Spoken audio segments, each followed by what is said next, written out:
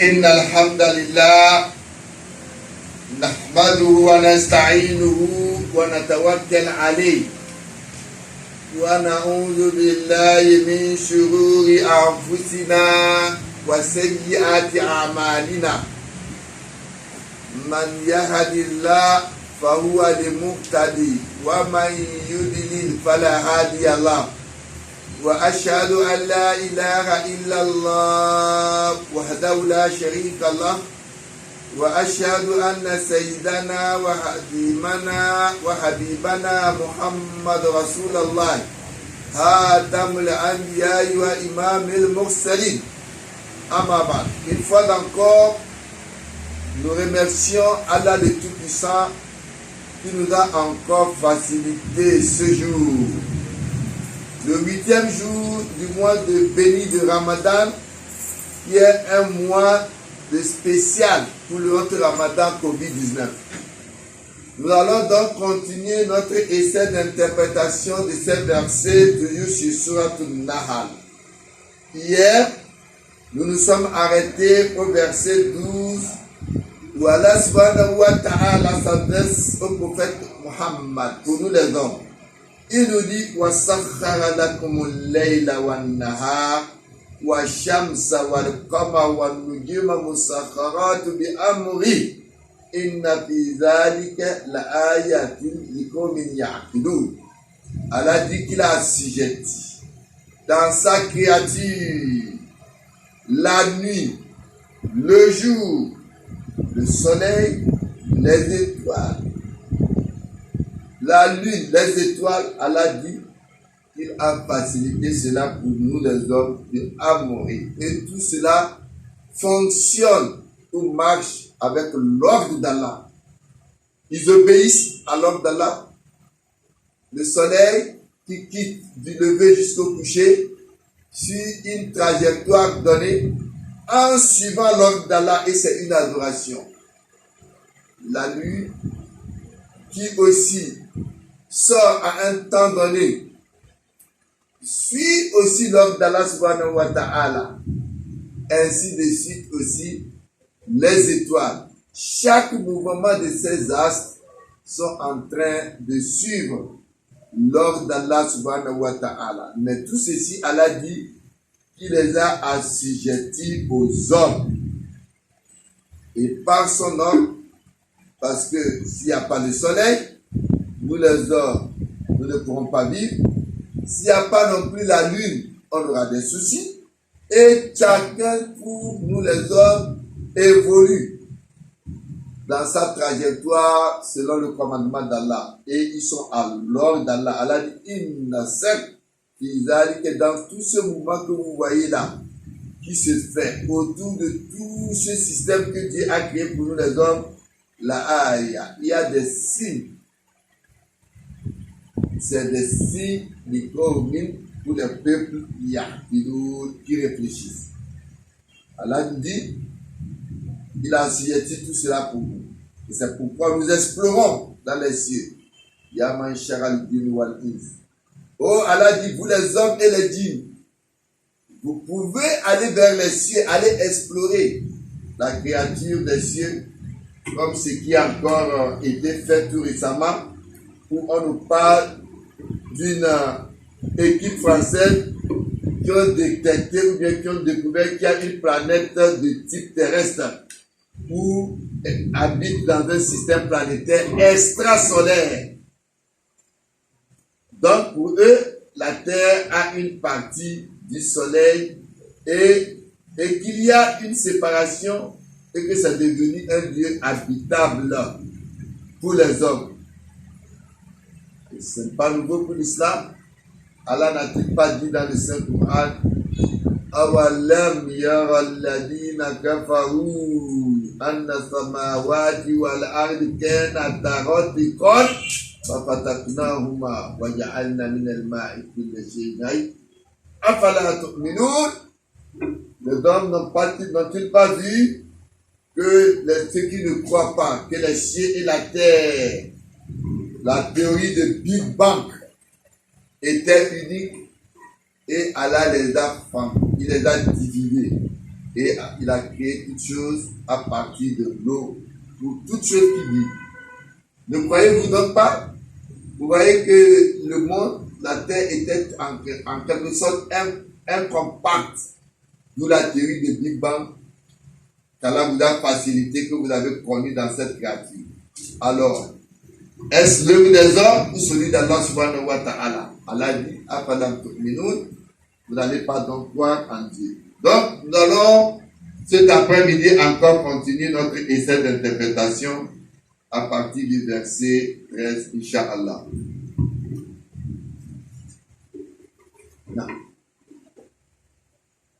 أعوذ بالله من الشيطان الرجيم بسم الله الرحمن الرحيم وما ذرأ لكم في الأرض مختلفا ألوانه إن في ذلك لآية لقوم يذكرون وهو الذي سخر البحر لتأكلوا منه لحما طريا وتستخرجوا منه حلية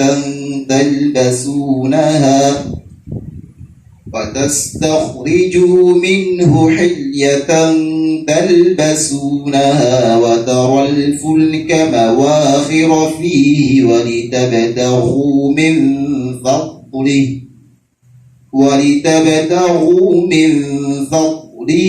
ولعلكم تشكرون وألقى في الأرض رواسي أن تميد بكم وأنهارا وسبلا لعلكم تهتدون وعلامات وبالنجم هم يهتدون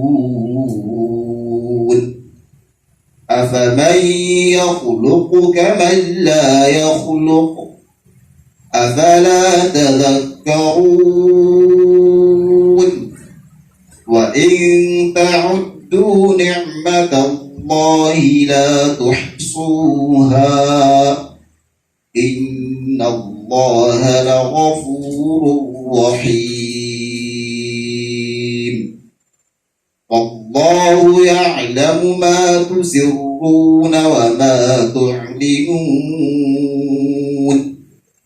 والذين يدعون من دون الله لا يخلقون شيئا وهم يخلقون أموات غير أحياء وما يشعرون أيان يبعثون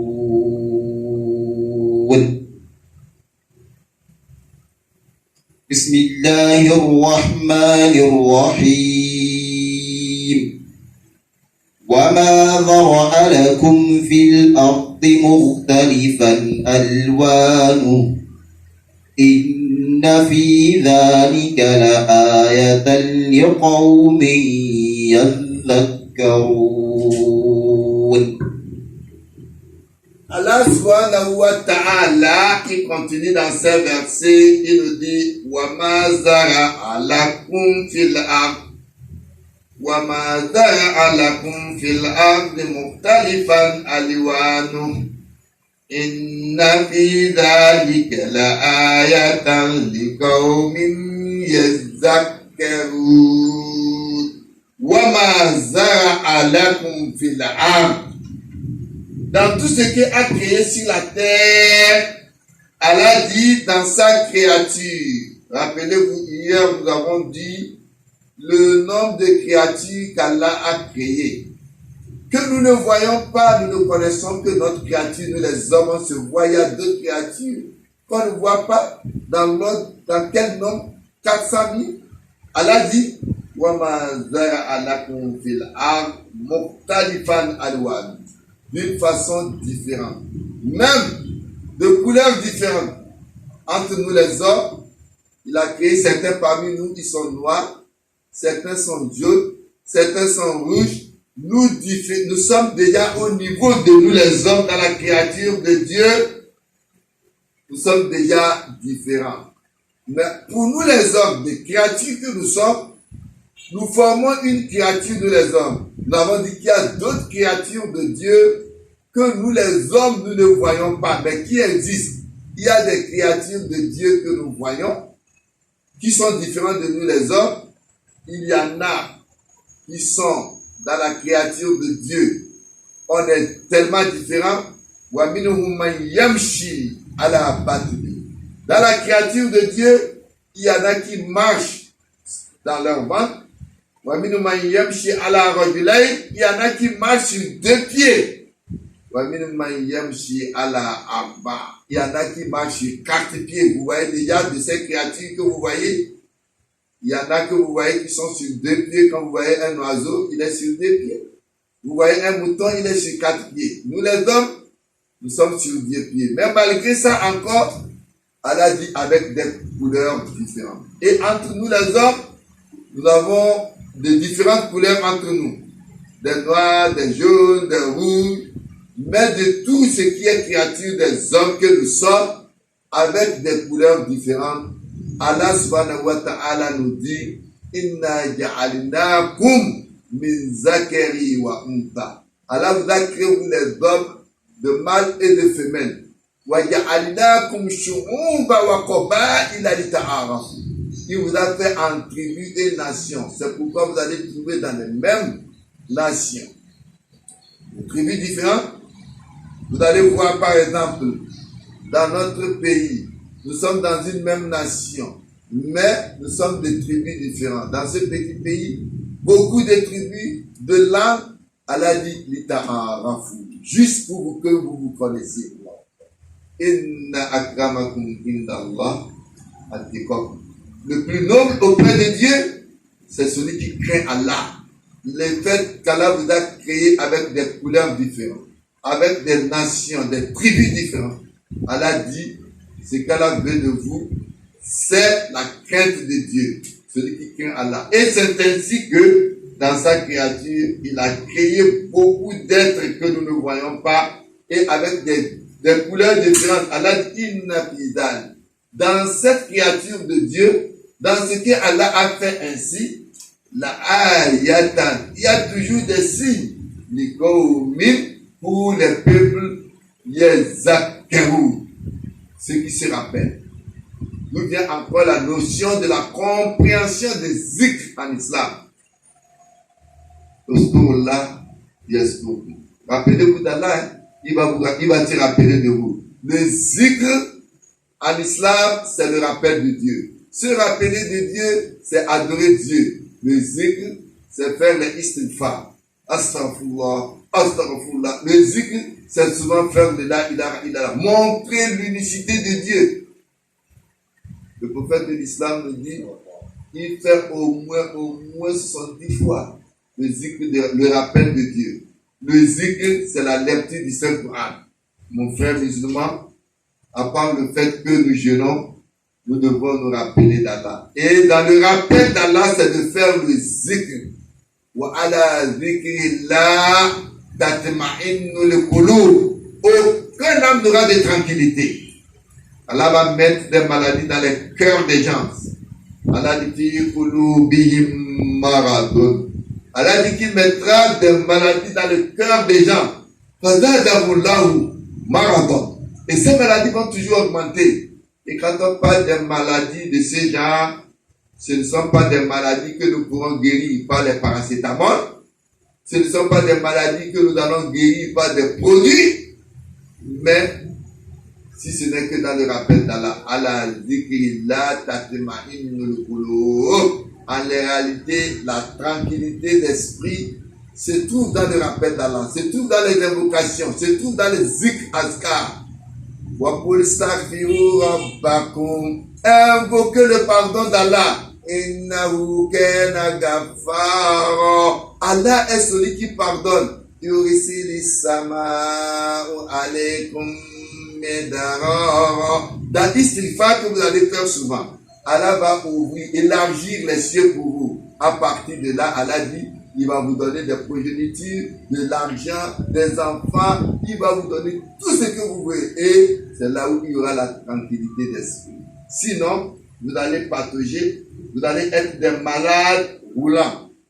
Vous les voyez, de belles voitures, de belles maisons, de jolis habits, mais ils ont la maladie du cœur. Et la maladie du cœur ne s'est guérie que par le zikr, le rappel d'Allah, c'est la lecture du Saint-Coran, l'écoute des versets du Coran, c'est le istighfar, c'est le la ilaha illallah, c'est de bonnes œuvres, c'est le sadaka, c'est de l'aumône, c'est le bienfait, c'est d'arranger dans les familles, c'est d'arranger dans la société des gens qui ont des difficultés. Même ramasser quelque chose qui peut faire du mal dans le passage à une personne fait partie du zikr du rappel d'Allah. Allah dit, Inna fi zalika la ayatan. Il y a des signes dedans.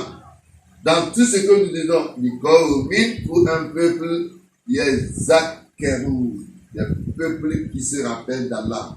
Et dans le rappel d'Allah, c'est le zikr, comme nous l'avons dit, qu'Allah nous facilite le zikr.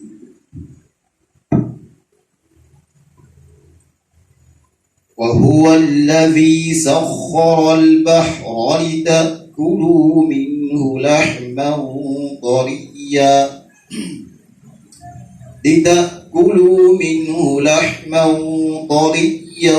وتستخرجون منه حلية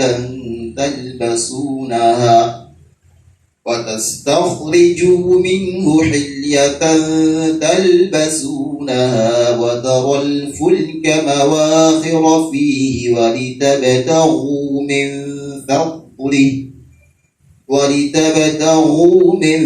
فضله ولعلكم تشكرون. Allah continue de ces versets. Il nous dit وَهُوَ الَّذِي سَخَّرَ الْبَحْرَ لِتَأْكُلُوا مِنْهُ لَحْمًا طَرِيًّا وَتَسْتَخْرِجُوا مِنْهُ حِلْيَةً تَلْبَسُونَهَا وَتَرَى الْفُلْكَ مَوَاخِرَ فِيهِ وَلِتَبْتَغُوا مِنْ فَضْلِهِ وَلَعَلَّكُمْ تَشْكُرُونَ. وَهُوَ الَّذِي سَخَّرَ. Il est toujours celui-là qui sakhara al-bahar. Il a assujetti aussi pour vous la mer. Al-bahar, c'est les fleuves que vous avez. Dans les fleuves, il nous a facilité tout ce qu'il y a là-bas. Vous savez encore, nous avons déjà parlé des créatures que Allah a créées dans les fleuves. Dans la mer, il y a plusieurs créatures. Dans ces créatures, Allah nous a facilité tout ce qui est dans la mer.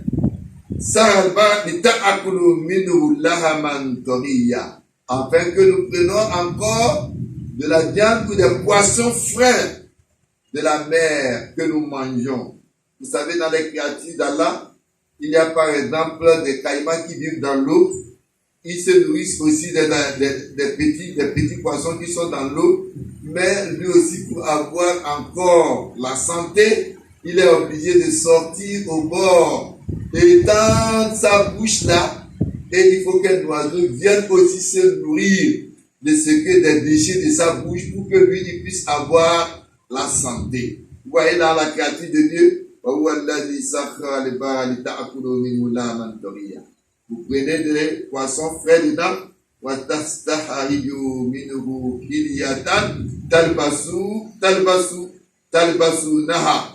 En plus de cela, de la mer, vous ressentez des parures, beaucoup de parures, que vous faites votre beauté sur la terre. Aujourd'hui, des choses les plus chères, c'est de l'or. Vous prenez toutes ces choses dans la mer, vous les portez, vous vous trouvez beau, etc. C'est de même manière qu'Allah vous a aussi facilité. Vous savez, dans le temps de l'istihad de l'islam, les musulmans qui étaient doutés de la science et de la technologie étaient les premiers à faire un bateau par ces versets du Coran qui nous disent, où Allah subhanahu wa ta'ala nous dit, qui nous a assujetti la mer, où nous pouvons mettre des bateaux qui vont flotter dans la mer, et que ces bateaux-là, Allah dit, même fadli, par sa grâce. Allah dit, walitabtagu min fadlihi. Allah dit que ces bateaux-là que vous voyez, et comme je le disais tantôt, c'est les musulmans qui étaient les premiers à faire le bateau, qui flottent dans la mer et qui, en réalité, vous sont une grâce. Allah dit, pour la quête de la grâce d'Allah, vous faites des bateaux qui vous permettent de vous déplacer avec vos marchandises, avec vos pétroles que vous avez exploités dans les parties de la mer, mais une fois de l'île, avec la grâce d'Allah. Voilà, Allah, Allah dit, mais peut-être en le faisant comme ça, vous allez reconnaître Allah. Vous allez donc rendre Allah son mérite d'être loué. Aujourd'hui, quand l'homme a une facilité, il se dit que cette facilité est due à lui-même, sa manière, son savoir-faire, mais sans savoir que c'est Allah qui lui a facilité cela et il devait remercier Allah. Allah dit, la in shakartum la azidannakum. Si vous reconnaissez ma bienfait ou mes faveurs sur vous les hommes et que vous me remerciez moi Allah, la azidannakum, je vais encore vous augmenter dans les bienfaits. Voilà in kafartum. Mais si vous décidez d'être incrédule envers moi Allah, sachez que ma punition est terrible. Qu'Allah le Tout-Puissant nous fasse des gens qui connaîtront les bienfaits d'Allah.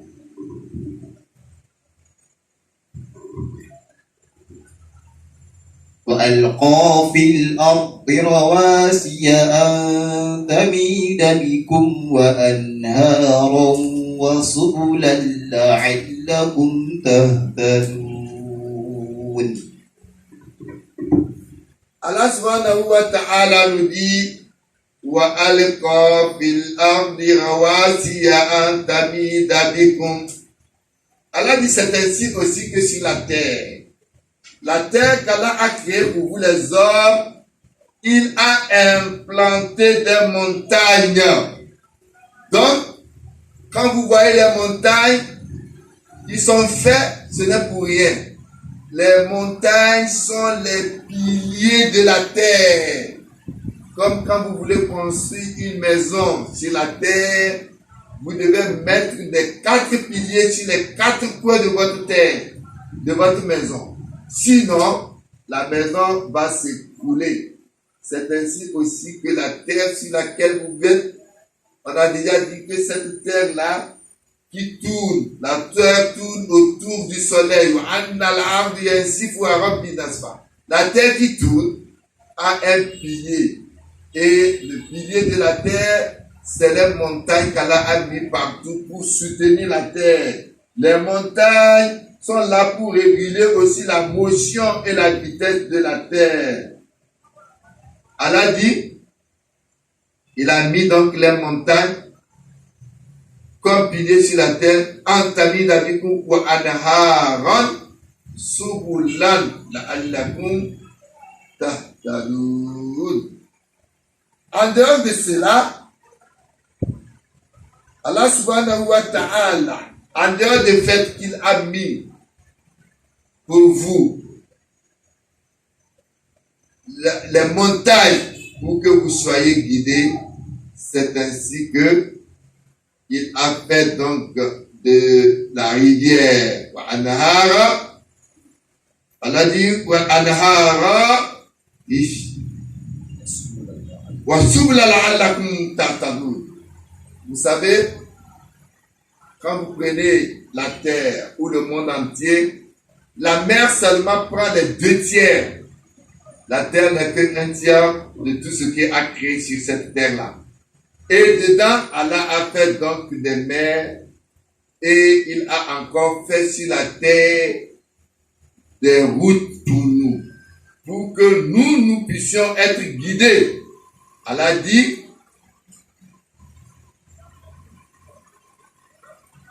La'allakum ta'tadun, par ce que Allah a fait, qu'il a créé donc la terre.